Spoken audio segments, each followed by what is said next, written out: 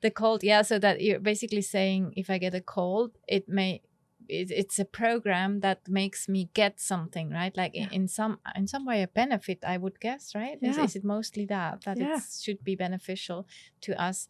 So I'm very curious now what you were able to recode in your children. Did you see? Do you know one of the, so there's, on average, when we do search for any human being, well-functional human being, we find anywhere between 300 to 600 error codes. Wow. Okay, so it's not just one thing. This is why if you just simply, something happens in your life and you think, okay, I'm just going to go and work on this problem, and you try to think yourself out of it. So you go to, 10 steps to this and read another book, go to another seminar. Mm-hmm. All you're dealing is with a conscious mind. Mm-hmm. Mm-hmm. Bicycle, bullet train, mm-hmm. right? So to be able to fix it on that, this is why people say changing habits takes 28 days. No, it doesn't. You won't change it unless you go into the subconscious. On the subconscious, you can change it like this. So, one of the biggest things that I, with my own children that I had to work on was to change it is actually quite easy once you know what it is, right? But the things that I didn't realize that they had is being a very busy parent. And again, they had ponies, they had beautiful lifestyle. There was lots of love, lots of vacations and holidays and fun. But if you're not there, physically present, it's an abandonment for a child. A child doesn't understand that you have to go to work. So it's suddenly a parent's leaving. So what actually happens is right at the beginning, subconscious goes, okay, what does love equal to on planet Earth, right? And if the computer sees that the parent is not available, so they actually physically miss you, that's what's going to get coded, that love equals missing somebody. That stuffs up your relationships in the future, doesn't it? Wow. Does that hit home? Right. So if love equals missing somebody, you will never get into a relationship where it's a really beautiful relationship so that people are together. No, you will be literally pushing them away so you can miss them. So if they get too close, that's the avoidance in psychology is known as the avoidant attachment. It's just simply, no, I need to push you away so I can miss you. That's when I'm going to love you. So it just pushes people away.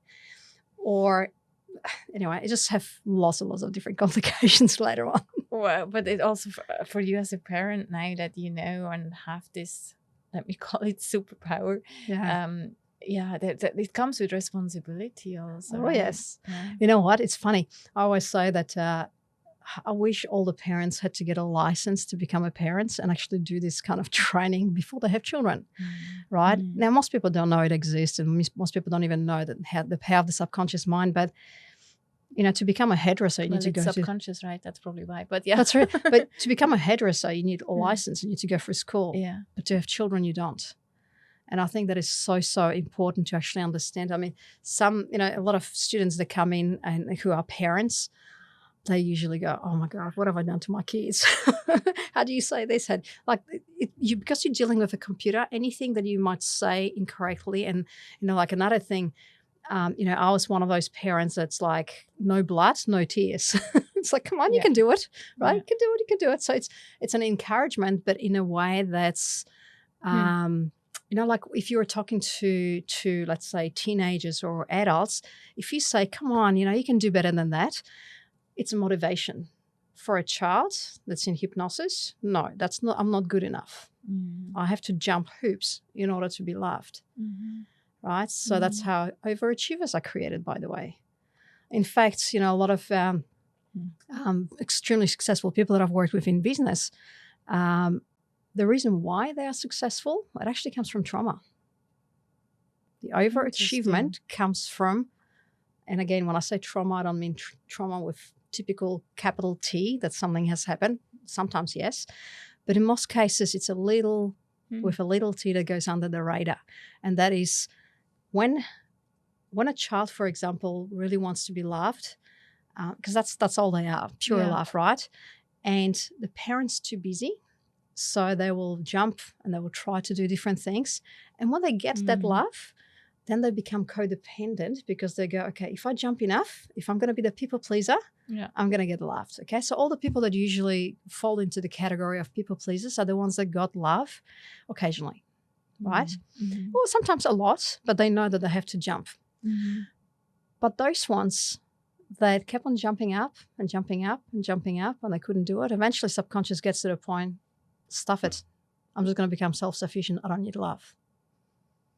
And they go into self-sufficiency. The more self-sufficient they are, the more traumatic experience they've experienced in childhood that they don't even remember.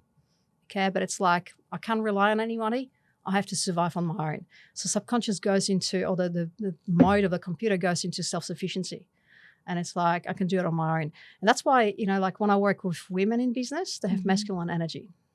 Because it's like, I got to do it on my own. Take on the world on my own. So anyway, no, I hope that answers your question. Did you just say sorry? No, I love it.